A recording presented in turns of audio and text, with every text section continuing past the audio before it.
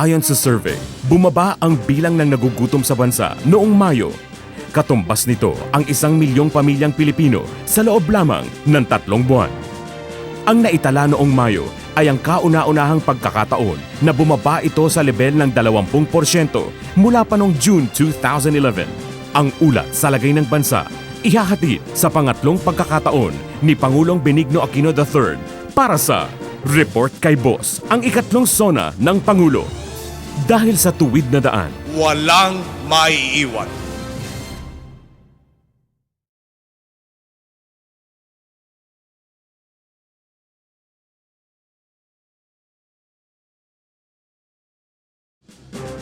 halos 5 bilyong dolyar ang kinita sa pagluwas ng kalakal sa bansa.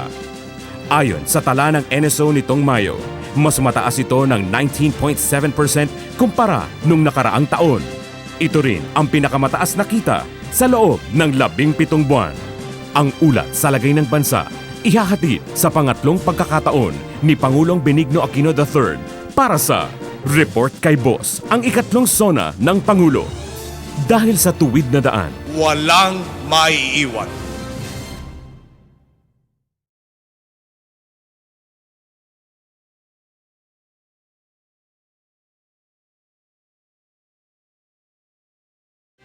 July 3, 2012, naitala ang pang-20 pinakamataas na pag-angat ng PSE Index sa kasalukuyang taon.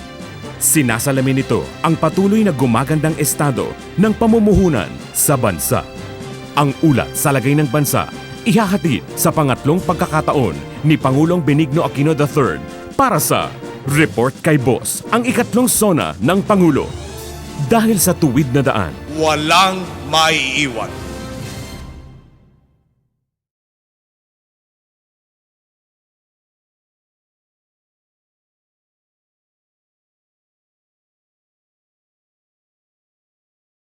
₱6.4% ang inilago ng ekonomiya sa first quarter ng taon. Ito ang pinakamataas na paglago ng GDP sa unang 4 na buwan sa taon na walang eleksyon simula noong 2006 at pinakamataas sa buong ASEAN region at pangalawa sa Asia sa panahong ito. Ang ulat sa lagay ng bansa ihahatid sa pangatlong pagkakataon ni Pangulong Benigno Aquino III para sa Report kay Boss, ang ikatlong sona ng Pangulo. Dahil sa tuwid na daan, Walang maiiwan.